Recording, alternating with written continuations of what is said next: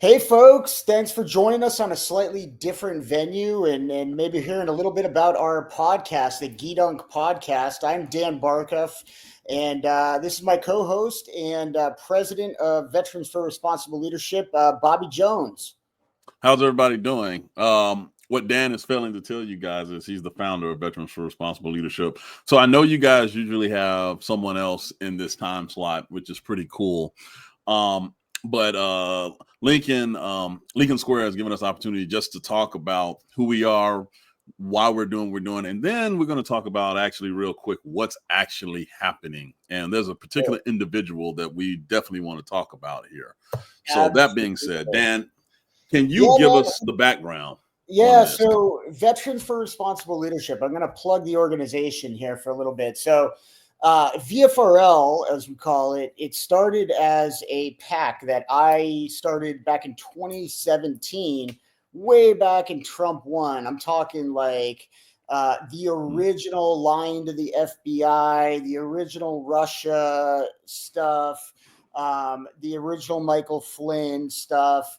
And I wanted to find a way to mobilize veteran voices to say, hey, this guy, he's not one of us, right? We had this. MAGA has always had this kind of. They've been good at faking it till they make it, and one of the areas in which they're best at doing that is claiming incorrectly that they have this monopoly on the military and the veteran vote and broadly masculinity in general, and it's a bunch of bullshit. And VFRL, it grew, it became a membership organization, and in 2020 we ran a ton of ads. Really kind of helped, I think, some of the down ballot races get across the finish line, and we were hoping to shut it down. And then 2024, we got back after it, ran ads, really good ads targeting veterans in North Carolina, in Maine, in Michigan, sort of all over the place. And then Bobby graciously stepped up post-election to kind of take over and run the day-to-day, and he's been doing a fantastic job with that as the political calendar kind of heats back up. So, Bobby, what are you guys focusing on right now? So right now, we're focusing on making voices heard, both not just the veteran community, but we have figured out and found out we've got to speak up for the active duty members. So for those of you who are watching that don't know, active duty service members cannot speak out politically. It is hammered into us from day one. So, a lot of people have been in comments on social media. Why isn't the military saying anything? Why are they not pushing back? Because we're not allowed to. Now, the beautiful thing about that is it's the reason why you've never seen a military coup in the United States. It's the reason why people still trust the military amongst public organizations more than pretty much any other ones we have in the country. However, because of the changes that are happening, believe me, there are negative effects across the board for what Trump 2.0 is doing to our active duty forces. They can't speak. So Veterans for Responsible Leadership, yes, we talk about those who have served, but here, since I've taken over, we're starting to talk on behalf of those who are serving. Because when you change the policies, that affects not just the person in uniform, but their families, dependents, kids stationed all over the world. You got to push back on some of this stuff. Now, a lot of people, here comes some more crazy leftists, whatever. There's nothing crazy leftist about Dan or myself. So if you don't notice that paddle hanging in the back, Dan and I are classmates from the United States Naval Academy, the great class of 2001. Did we not mention that? Oh my God. No. I'm sorry. Right. So here's the thing. 109 days after we got our diplomas from George W. Bush, 9/11 happened. And for the entirety of our time in the military, Dan, a little under 10 years, me, 22 years, was going to war, the global war on terrorism, America's longest war.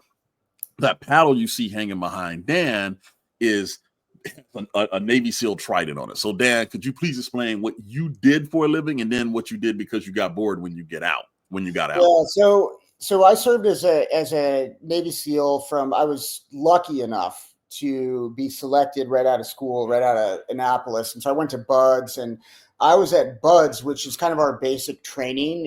And it really is the basics of becoming a SEAL. It's about a 6-month course. I was there when 9/11 happened. I remember because we're on the West Coast there, so we were crowded around the TV. It was 6 a.m. It was time to get going for a day at Buzz. It was 9 a.m. on the East Coast, and I remember us watching the planes hitting the towers and them canceling the training for the day, and the initial reaction of a bunch of guys who wanted to be Navy SEALs and were in the pipeline to Navy SEALs was, man, we're going to miss it.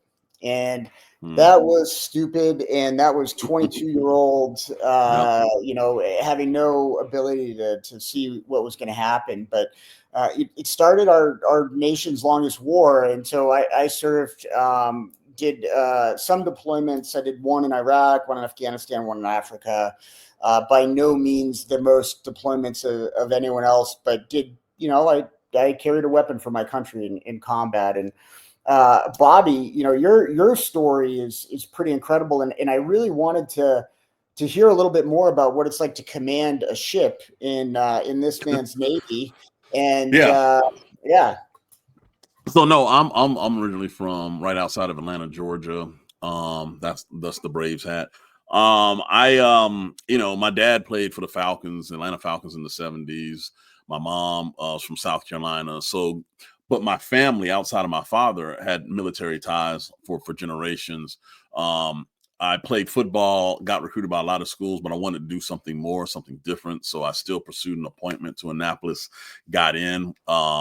And then, played football there, ran track, graduated dead last in the class, picked up President Bush, got in trouble for that. But really, maybe they can link to that footage, because we don't need a link to the footage. However, it didn't matter. It didn't matter what I was doing after we graduated. 109 days later, I was in Newport, Rhode Island for Surface Warfare Officer School. And the next thing I know, we're watching the towers fall. And the commanding officer of the school said, you guys are going to have your orders cut to be short. You're going to get to your ships and you're going to do your duty. That's it. That's it. So, next thing, I'm deployed all over the world. Philippines, we went after the terrorist group Abu Sayyaf. I landed the 31st Marine Expeditionary Unit there. And then, went through the ranks, this, that, and the other, got command of not a ship, but a riverine squadron. So if you've seen anything from Vietnam, the Brown Water Navy, the guys that sit out in the jungle or wherever in these tributaries all over the world, got to do that, deployed to the Middle East, was in command there. I was in command in the Middle East, actually, for the Afghanistan withdrawal, right? So all these things that me and you have seen, we don't talk lightly about what's happening to our country, because unlike a lot of these clowns and I use the word clowns, that slap a sticker on their car, I say it all the time, their 2025 Jeep Wrangler going to the lake house talking about don't tread on me and how much they are a patriot, but never had the testicular or ovarian fortitude to step into their military recruiter's office. We put it on the line in the prime of our lives. So therefore, I personally, and you personally, understand what's at stake, because we've been all over the country, right? And that being said, when I see what's happening, and this is, I guess, the pivot, what's happening not just at a national level, but to the Department of Defense, I have real issues with the leadership. Okay. Pete Hegseth should be fired based on everything that he has done. He wasn't qualified to have the job. Pete Hegseth he should be fired, not based on everything he's done. There are multiple individual things that he should be fired for. So, Bobby, tell me, what are some things that good old Pete Hegseth has done in his 100 days of SecDef? Where to begin? Number one, he comes in and basically decapitates the military of competent leadership. He fires the chairman of the Joint Chiefs of Staff, who happens to be a black man, only the second one to hold that position, the first being Colin Powell. He fires him, no reason given. Fires Admiral Franchetti, who is the chief of naval operations, the number one admiral in the United States Navy, the world's most powerful fleet. Fires her, no explanation given. To give y'all some context, Admiral Franchetti, let me tell you something. Her Navy has fired more missiles and knocked down more enemy aircraft since Vietnam. Okay. And not one Navy ship has been hit. Not one sailor has been lost because they were manned, trained, and equipped properly to execute these dangerous missions, specifically in the Middle East. Just fires her because she's a her, right? Fires Brown, a fighter pilot that went through all sorts of stuff, an Air Force Academy graduate, to become one of the best fighter pilots in the military, and then to assume the highest role of responsibilities of the military. And they fire him because he had the audacity to talk about what the hell he went through to become the only second Black chairman of the Joint Chiefs of Staff. He went through hell. He went through unnecessary, unfair hell. They fired him. They said he was too woke because he talked about it. Okay. They fired the commandant of the Coast Guard, who was openly LGBT. They fired her immediately upon assuming the White House. Okay. So now you've removed all the diversity in the Joint Chiefs. You removed the commandant of the Coast Guard. And now what you have to replace them, right?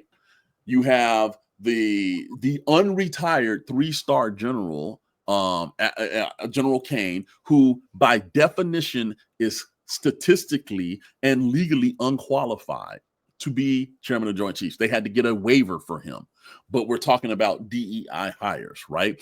Okay. So yeah, go ahead.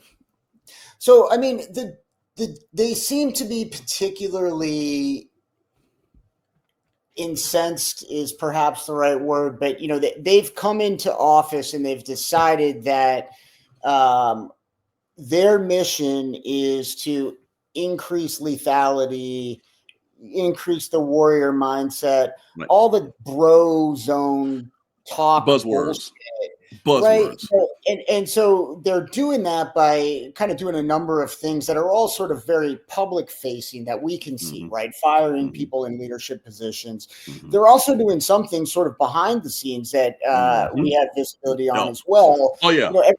Everything from banning books at the Naval Academy to renaming bases after, they're not renaming them after Confederates anymore. They found some random dude from like World War II had the same name as Bragg, and like now it's Fort Bragg again, right? So and erasing military history because it's DEI, because it happened to be, I don't know, Black people that served in segregated units and still performed unbelievably well, or women that performed well. It's because it doesn't fit the narrative. Dan, we have what I call a celebrity cabinet that President Trump has implemented because he believes the marquee poster is what's going to show great governance. He believes the recruiting posters. Yeah, it's like if you look the part, then people are going to respect you and it's going to scare people, when nothing could be farther from the truth. Nothing could be farther. I'll tell you this, man. Let me ask you a question. I'm serious question here. When you were in command of a U.S. naval ship and conducting combat operations, how important was it to have really buff white dudes doing push-ups? Never even thought about it, to be honest. I can tell. I can think about it. Wait, my brain. I mean, you're the Navy SEAL, you know what I'm saying? And I know there's a certain physical requirement for all of y'all, but y'all support apparatus does not do 200 push-ups in 3 minutes or whatever the heck y'all do, right? It's about the competency. And here's what I will tell. Here's what I'll tell people. DEI, the term they love to use, diversity, equity, and inclusion.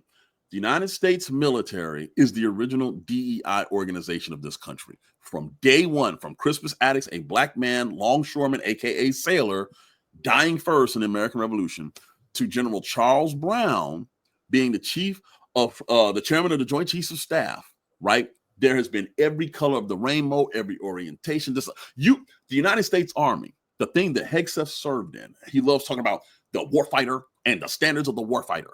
Well, the warfighter and the standards of the warfighter, those standards were created by a gay man. Baron von Steuben, who was kicked out of the Prussian military because he was gay, came to Washington at Valley Forge and said, the reason you're losing is because your people are undisciplined. He created the Blue Book, the book that the United States Army still uses in a variation to train their damn troops, to train their soldiers. Bobby, what % of the active duty military is female? Do you know? Roughly 20%. I was going to 20, say it's about 18 to 20%. 15, 20. Yeah, and what percentage is African American? Ooh, depending on the service, but 18%. Yeah, about 18%. We only make up 13% of the population, so call it a round up to 20. Yeah.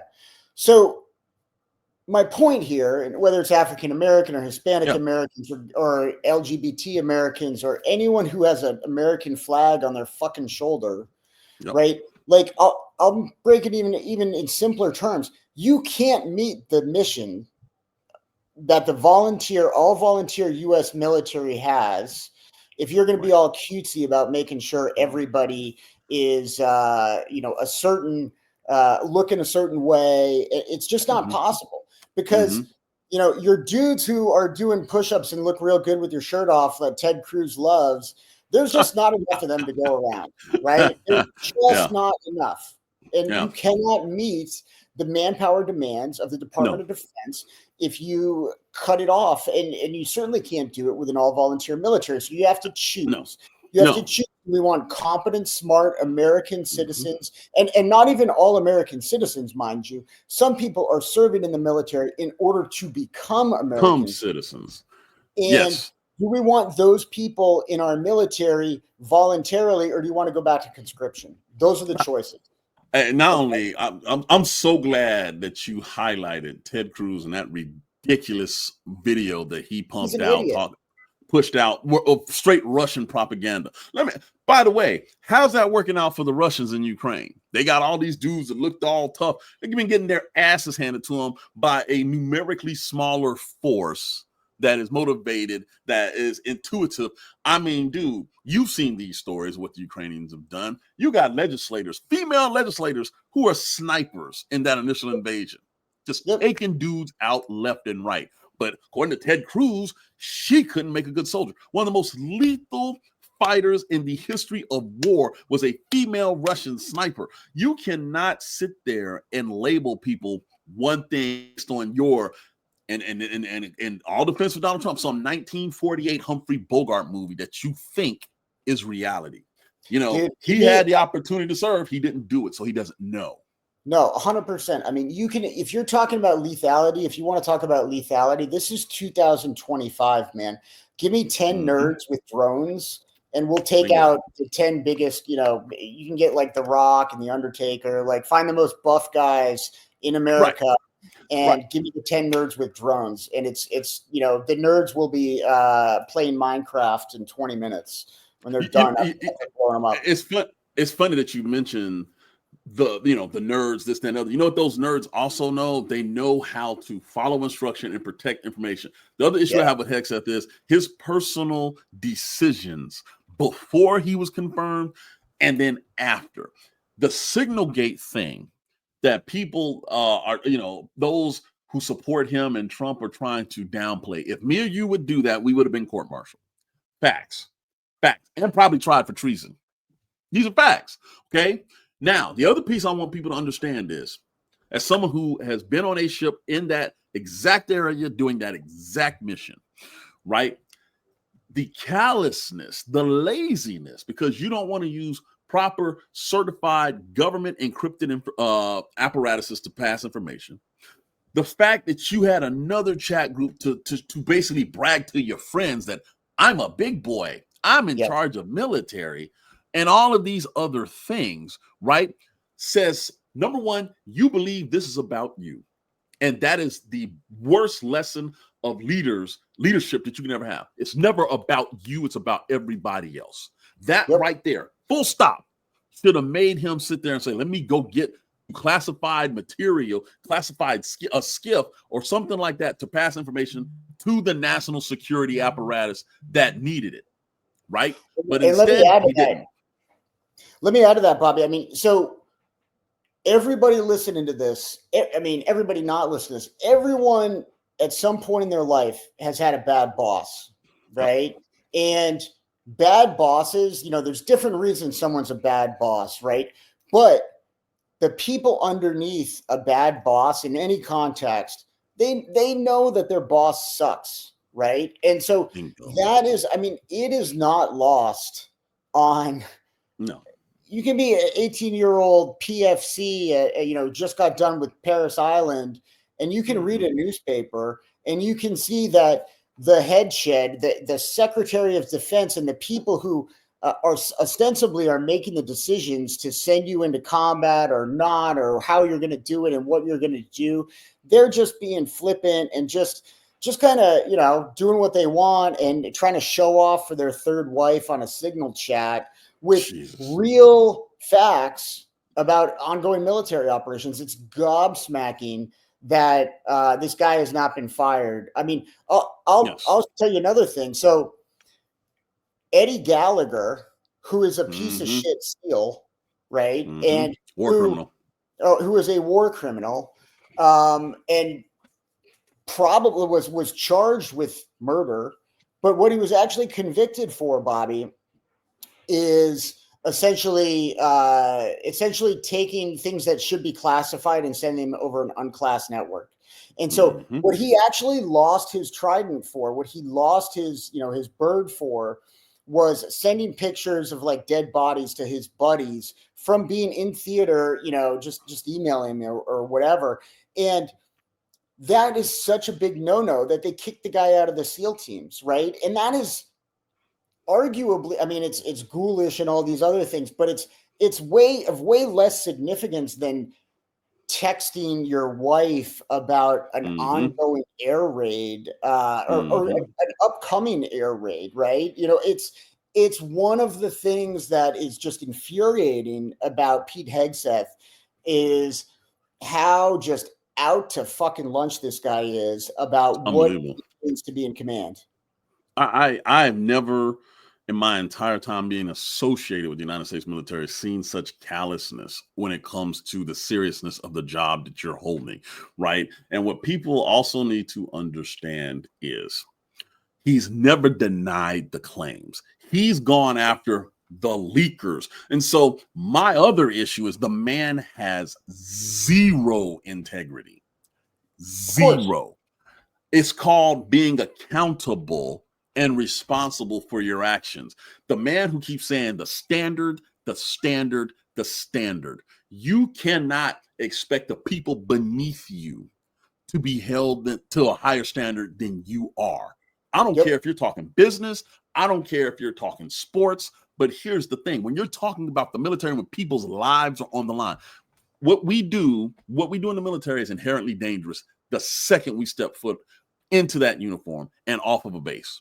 When you go downrange, when you deploy, it's dangerous. Your mere presence opens you up to all sorts of threats. And for this guy to fly around the world, he's literally been around the world now, and not address this, to go after the media, for his own selected people that he chose to be his chief of staff, his deputy chief of staff, to all come out and say the man should not be in the job. What does that tell you, America? And most importantly, Donald John Trump. What does it say about you that you're so callous with the most precious and the most defined job you have from the Constitution of the United States as the president? And you're just like, this is cool. That's okay. Whatever. Donald Trump is a stupid person. He's cunning in various ways, but ultimately he hired a pretty boy to lead the military. That's right. That's what he is. Pete Hegseth is a pretty boy. And he's a pretty boy who trots around the world and does kettlebell workouts and takes his shirt off as if that's fucking leadership, when it's not. It is not leadership. Let me tell you something. When I was in the Navy, when I was in the SEAL teams, right? When you go through BUDS, and there's been a million books, and it's all whatever about BUDS, and everyone's impressed. Oh, you stayed up for a week, you did Hell Week, and all this kind of stuff. And when I got to an actual SEAL team and an actual Master Chief who'd been doing commando operations for 23 years. You know what he said? He said, look, man, no one cares about any of that stuff. What matters is, are you a team player and can you shoot straight? And that's it, right? Are you a team player and can you shoot straight? And that applies to whatever you're doing, not even in the military, right? If you're a team player, if you're a team guy and you're good at your job and you're competent, that's all that matters. It doesn't matter what's on the outside. And Pete Hegseth is a pretty boy. He's a pretty boy, and has a makeup mirror installed in the Pentagon now. It's so funny that you said that. Yeah, I heard about the rumors about him getting a makeup set put into the Pentagon. Whatever. I think that's just ridiculous on many levels. But here's what when I got to my first ship, USS Germantown, Sasebo, Japan, right after 9/11, my chief, my senior enlisted, pulled me aside. He goes, "You care about two things. You care about the mission. You care about your people." And then he paused. He goes, "And if you do that, your people will care about you and take care of you." Right? Yeah. Because he goes, you should not be thinking about you. You should focus on those two things. Right now, we're about to take 18-year-olds into a hostile environment that we know is filled with terrorists, and they're going to look at you. You're the officer. You're the former football player. You're the Annapolis guy. They're going to look at you. Right. Yep. And nowhere tolerance for it. And now all of a sudden, we're led by a group of people who think it's okay to profit off the office of the presidency, to profit off the office of Secretary of Defense, to put an agenda that magnifies them. Because every time Hegseth is on TV, he's not talking to the soldiers, airmen, Marines, sailors, guardsmen. He's talking to one person. One person. And so if you're a 22-year-old junior officer and you're looking at this guy on TV, you know he's violated the signal gate thing. You know he's tried to ban books. You know he's done all of these things. Not one thing he's done has brought the military together. It's ripped it apart. And then his boss, not one thing he's done has brought the country together or the world together. We've abdicated that. We're ripping it apart. How can you sit there and say that, hey, I can go to war for this guy? How? You know, the best leaders that I've seen in the military, in sports, in medicine, they all have one thing in common. They all have a deep belief that leadership and service through leadership is a privilege. Yes. And when you frame leadership in that way, when you frame responsibility in that way, that it is a privilege that you're being given a privilege to carry a weapon, to drop bombs on ISIS, to sail a ship across the Pacific Ocean, right? When you can frame that job in that way, it really changes kind of everything. And it's a commonality of all great leaders that they truly believe that their position of leadership is a privilege and they're lucky and fortunate to be able to do it. And nothing could be further from the truth than the current administration and certainly the current leadership at the DOD, to which service is not only not a privilege, it's not service, it's entitlement, right? They Right. believe that they are entitled to be in charge, and they are entitled to decide who else is allowed to serve their country. And really there's nothing that could be further from the way I conceive of leadership. It's shocking. And to piggyback on that, to kind of wrap all of this up, I have never in my life had a greater honor than to not just serve in the United States Navy, but to be given leadership in some aspect of it. When I've been retired now going on almost 2 years, a year and a half, 2 years, and I'm able now to finally start reflecting back on that 20-something year journey. And I'm going to tell you right now, the people that I met from all over the world, the people that I got to work with, the people who watched my back because I was like this, they are the mission. I don't know of anything else I could have done in society, right? I mean, look, we both went to Annapolis. You went to Harvard Medical, right? We could have went to much more elite places and made a lot of money. But I told someone when they asked me, why did I stay in? I said, because when I looked at myself in uniform, I knew there was nothing that I could do that would bring me more value to me looking at them in the mirror than what I'm doing. It's not about other people. And make no mistake, we all sacrifice families, the birthdays missed, the events and stuff like that. If you don't have someone at the top of that pyramid at the Pentagon that understands, values, and can empathize with that, then you're probably behind the 8 ball anyway. And then if you say you're the commander in chief, again, one of the few things directly delineated in the Constitution of the United States for the president, if you don't understand sacrifice, if you believe those that did were losers and suckers, and then you had the opportunity to serve and you dodged it 5 times while talking about POWs like McCain, this, that, and the other, if you cannot connect that in your mind, then how the hell do you expect people in uniform who wear the nation's cloth to put it all on the line based on your say-so? Yeah. How? Hey, Bobby, I think that's a great place to end. We got to plug our pod here real quick. Come check us out, guys, on the Geedunk pod. We don't always just talk about Pete Hegseth, although he comes up from time to time. We got some sports on there. We talk some current events. We talk some, greater issues, stoicism, politics, athletics, what it means to be a man, masculinity, how we can save this country from the authoritarian threat, and what we can do and what you guys can do. Please check us out. Valor Media on YouTube. Valor Media channel on YouTube. There's one more thing I gotta say. About this administration before we let you go, and that is, Bobby, how much do people in the military hate doing parades? It is by far the number one thing that we hate to do.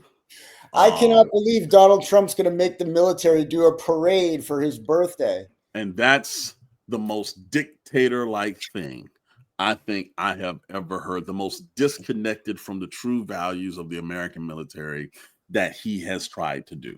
It's just ego. We could do a GoFundMe and maybe get like someone to put some toy soldiers on a little train track for him or something. And I'm hoping it doesn't happen. I'm hoping it doesn't happen because it hasn't happened before. So. Well, hey, thanks for joining, guys, and hopefully to talk to you again soon. Thanks, guys.